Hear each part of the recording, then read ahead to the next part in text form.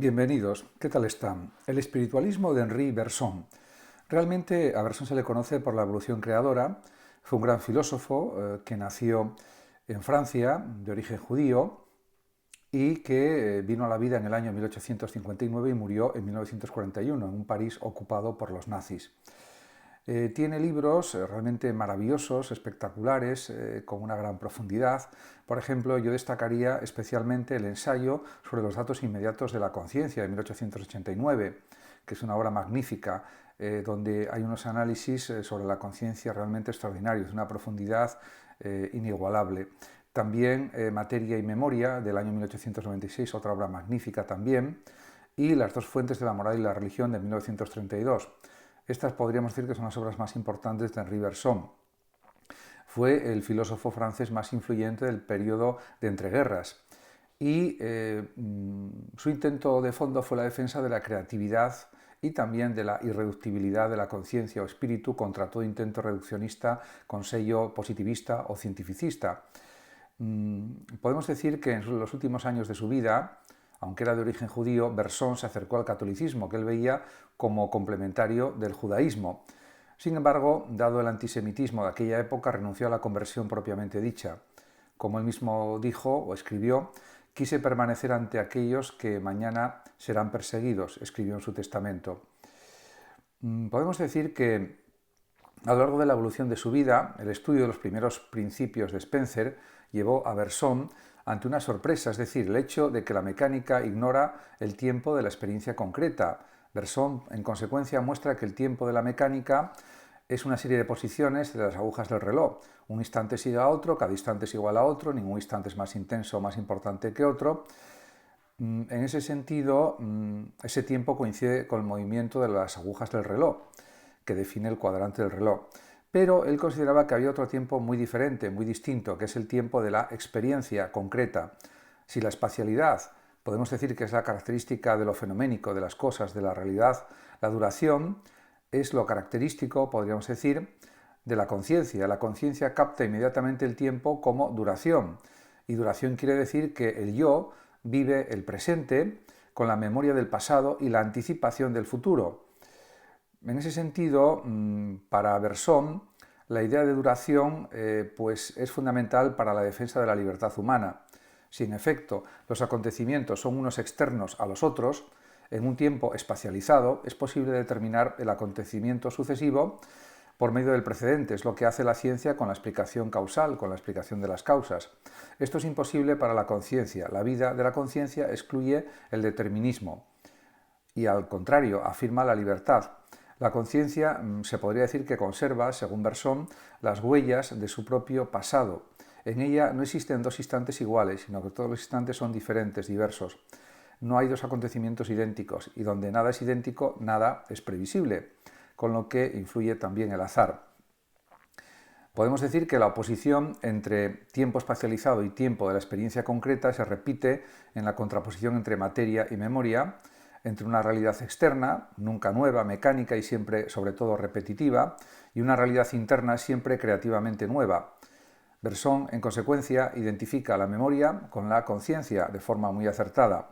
En la memoria todo nuestro pasado, experiencias, pensamientos, valoraciones, sentimientos, emociones, etc., nos sigue todo entero y está ahí inclinado sobre el presente al que está a punto de absorber en sí mismo. La conciencia hace que el presente se convierta en pasado. Eso también es otra forma de explicar lo que acabo de decir hace un momento. La conciencia no es lo mismo que la percepción, para Bergson. El cuerpo se orienta a la acción sobre otros cuerpos, sobre otras cosas, y lo hace a través de la percepción. El recuerdo, en cambio, como imagen del pasado, orienta la percepción presente, se podría decir. Realmente, podemos decir que la memoria puede entenderse como espíritu y la percepción como cuerpo en la terminología bersoniana, y es preciso también observar que espíritu y materia constituyen para Bergson dos polos de la misma realidad y no dos realidades distintas. La vida, escribe Bergson en su libro La evolución creadora, una de sus obras más importantes, es una realidad que se separa claramente de la materia en bruto, la vida. La vida, por tanto, es evolución creadora, impulso vital, creación libre e imprevisible. En ese aspecto, la evolución creadora la compara Bergson a una granada que estalla repentinamente en fragmentos que siendo también ellos granadas explotan a su vez. La vida se abre como un abanico, en ese sentido, en direcciones diferentes, en bifurcaciones por las que el impulso vital dispersa su unidad originaria. En consecuencia, también considera Bergson que la primera bifurcación es la que se produce entre plantas y animales. Estos, los animales, estallan en nuevas direcciones, como la de los insectos, en los que el instinto alcanza formas excelentes, intensas, y como la del hombre, donde hace su aparición la inteligencia abstracta. Y por tanto, aquí ya establece las diferencias Bergson entre instinto e inteligencia. El instinto funciona, según Bergson, y esa es la realidad además, por medio de órganos naturales. La inteligencia crea instrumentos artificiales. El instinto se podría decir que es hereditario y la inteligencia en cambio no lo es. El instinto se dirige a una cosa, se podría decir. La inteligencia es conocimiento de las relaciones o las conexiones entre las cosas. El instinto se podría decir que es repetitivo y rígido, en cambio la inteligencia es creadora, es variable y en ese sentido es mejor que el instinto. La inteligencia además produce conocimiento científico por medio de conceptos que establecen relaciones, permitiendo de este modo la previsión. Pero el conocimiento de las relaciones entre cosas no es propiamente conocimiento de las cosas. Las cosas solo pueden ser conocidas, según Bergson, por medio de la intuición. En definitiva, la intuición podemos considerarla también, desde la filosofía espiritualista de Bergson, como un instrumento de la metafísica.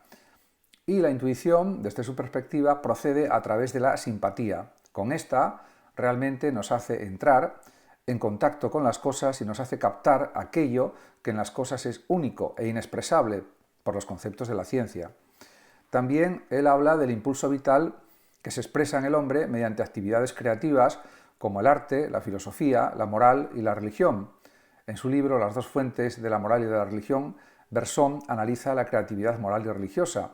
En su opinión, la moral procede de dos fuentes, la presión social, por una parte, y el impulso amoroso, por otra. En cuanto a la moral de la sociedad abierta, pues habla de la religión de los místicos. En realidad, podemos decir que no existe, como querían los positivistas, únicamente la moral de la obligación y de la costumbre. Esto es la moral del grupo de la sociedad cerrada. Existe también, afirma Bergson, la moral absoluta de la sociedad abierta. La moral del cristianismo podía ser la sociedad abierta, la moral abierta de los sabios de Grecia y de los profetas de Israel. Y el fundamento de esta moral abierta, de esta sociedad abierta, es la persona creadora. Su fin es la humanidad, la humanización, si se quiere, y su contenido es el amor hacia todos los seres humanos. De forma similar o análoga, junto a la religión estática, tejida de mitos y de fábulas con objetivos sobre todo vitales, como el reforzamiento de los vínculos sociales, Bergson propone la religión dinámica, esto es, la religión de los místicos como San Pablo, San Francisco de Asís, Santa Teresa, Santa Catalina de Siena, Santa Juana de Arco, en los que el amor a Dios es amor al ser humano. De esta religión de los místicos tiene verdadera necesidad la humanidad actual.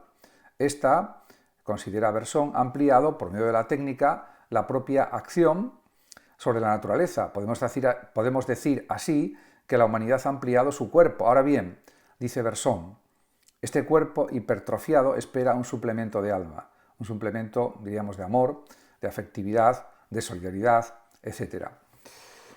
Podemos decir que la filosofía de Henri Bergson puede definirse con el nombre de evolucionismo espiritualista, ya que constituye el punto de referencia del pensamiento francés entre finales del siglo XIX y primeras décadas del XX. En esta filosofía se funden también los temas del espiritualismo antiguo, por ejemplo, el de Agustín, el de San Agustín, y los de la tradición introspectiva espiritualista francesa, como paradigmas podemos pensar en Descartes y sobre todo Pascal. Estos temas convergen dentro de una síntesis rica y original, y en líneas generales Bergson desarrolla el espiritualismo de Maine de Biran y de Rabesson. Al mismo tiempo, su pensamiento aparece como una articulada continuación de las reflexiones filosóficas de Boutroux. Bergson es considerado el filósofo francés más importante de la época, de su época. En realidad, su pensamiento no solo influyó de manera considerable en el pragmatismo norteamericano de James, sino también en la reflexión sobre la ciencia, el arte, la concepción de la sociedad y la religión en general, en otros pensadores. Podemos decir que Bergson, pues en 1900 fue llamado a ocupar la cátedra de filosofía del Collège de France, que mantuvo hasta 1924.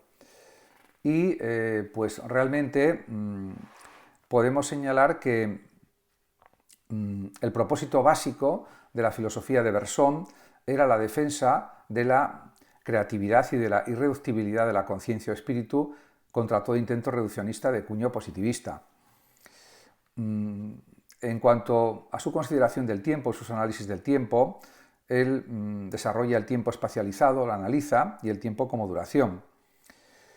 En ese sentido, podemos decir que también explica en sus obras por qué la duración fundamenta la libertad, porque desde su punto de vista la idea de duración es el rasgo fundamental de la conciencia, y Bergson vincula su defensa de la libertad y su crítica al determinismo cuando éste presume de poder explicar la vida de la conciencia. En realidad, si los objetos no llevan la señal del tiempo transcurrido, escribe Bergson, sí existen uno fuera del otro en un tiempo espacializado. Entonces es posible la determinación de un acontecimiento posterior a través de un acontecimiento precedente.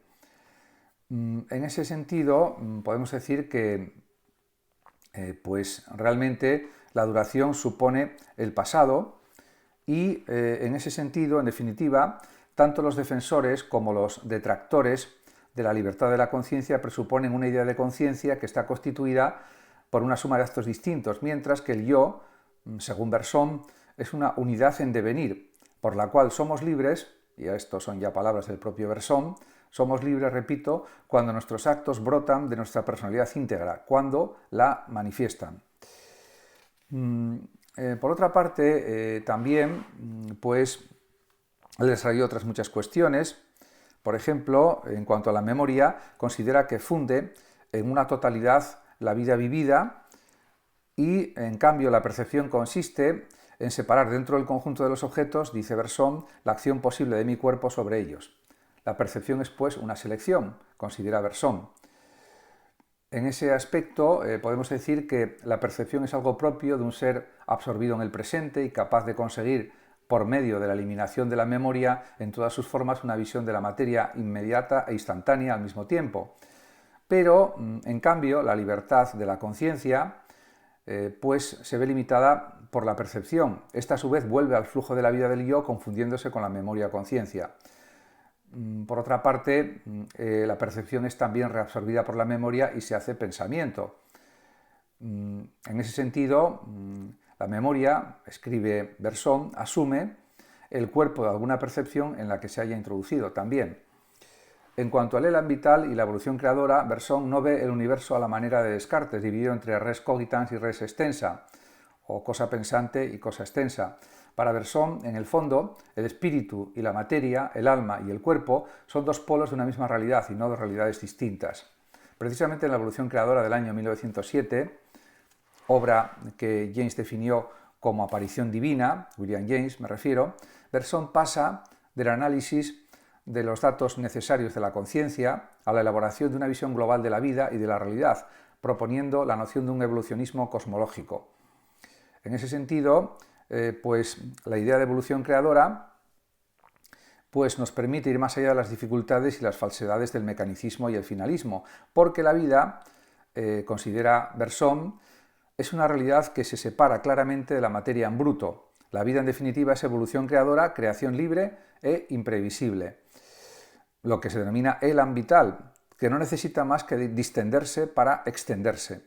La materia, para Bergson, no es otra cosa que el momento de la detención de este impulso vital. En cambio, la vida es el impulso por el cual tiende a crecer en número y en riqueza gracias a la multiplicación en el espacio y desarrollo en el tiempo.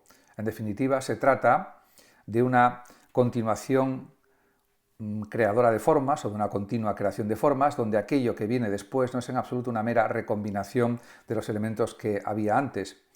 Y, señala Bergson, es acción que de manera continuada se crea y se enriquece, mientras que la materia es acción que se disuelve y se desgasta, perdiendo poder y degradándose paulatinamente, como también atestigua el segundo principio de la termodinámica. Según Bergson, no hay cosas, sino únicamente acciones. En ese sentido, realmente la vida es corriente que atraviesa los cuerpos, que han ido poco a poco organizando y que pasa de generación en generación, dividiéndose entre las especies y esparciéndose entre los individuos. La materia, por tanto, para Bergson, es un reflujo del impulso vital que, y a partir de una unidad originaria, se irradia y vuelve a caer en una multiplicidad de elementos cuyo impulso y creatividad van apagándose. En cuanto al instinto, la inteligencia y la intuición, pues podemos decir que para Bergson ni el instinto ni la inteligencia y la ciencia que ésta produce no nos ofrecen la realidad. Y citando pues, una frase de Bergson, pues señala este gran filósofo: hay cosas que solo la inteligencia es capaz de buscar, pero que no hallará jamás por sí sola. Únicamente podría descubrirlas el instinto, pero éste nunca las buscará. Por otra parte, él destaca la intuición como órgano de la metafísica. En ese sentido, la inteligencia, a su juicio, gira alrededor del objeto, realiza desde fuera la mayor cantidad posible de enfoques sobre él, pero no entra en su interior. En cambio, será la intuición la que nos conduzca al interior de la vida. Desde su perspectiva, la inteligencia, pues podemos decir que elabora análisis y trocea el devenir. En cambio, la intuición procede mediante la simpatía, apelando a ella, y nos transporta al interior de un objeto para coincidir con lo que tal objeto posee de único y por tanto de inexpresable. Inexpresable, por supuesto, a través de los símbolos y los conceptos de la inteligencia. En definitiva, la intuición, para Bergson, es la visión del espíritu por el espíritu. Es inmediata como el instinto y consciente como la inteligencia. Y además, está claro que la intuición es un proceso real, y esto lo demuestra la intuición estética, donde las cosas aparecen sin ninguno de los vínculos que las atan a las necesidades cotidianas y a las urgencias de la acción. Por tanto, para él la intuición es una especie de sondeo en la ciencia de lo real, y la metafísica es, y ahora son palabras del propio Bergson, la ciencia que se propone atravesar la barrera de los símbolos construidos por el entendimiento e ir más allá, se entiende. De hecho, Bergson escribe: la intuición entra en posesión de un hilo. Habrá de comprobar por sí misma si este hilo se eleva hasta el cielo o si se detiene a determinada distancia de la tierra. En el primer caso, la experiencia metafísica está ligada con la de los grandes místicos, y puedo constatar personalmente que esto es así. En el segundo caso, las experiencias metafísicas permanecerán aisladas unas de otras, pero sin entrar en conflicto entre sí. En cualquier caso, la filosofía, dice Bergson, o escribe Bergson, nos habrá elevado por encima de la condición humana. Como se puede observar, es un pensamiento espiritualista que yo creo que si hubiera vivido actualmente, Bergson hubiera cambiado estos planteamientos si hubiera analizado los grandes avances, diríamos, de las neurociencias, de la medicina, de la física, de la matemática, de la biología, etcétera, y hubiera cambiado gran parte de sus planteamientos. Pero realmente, en la época en que vivió, ya que murió en 1941, es entendible que planteara este tipo de cuestiones filosóficas, y que son, por otra parte, muy interesantes actualmente también, porque la cuestión de la duración del tiempo, de la materia, del materialismo y otras muchísimas cuestiones sobre la experiencia vital, sobre el yo, sobre la evolución creadora, etcétera, siguen siendo cuestiones de muchísima actualidad y sobre las que seguimos pensando actualmente. Muchas gracias a todos por su atención y hasta mi próximo vídeo. Hasta siempre.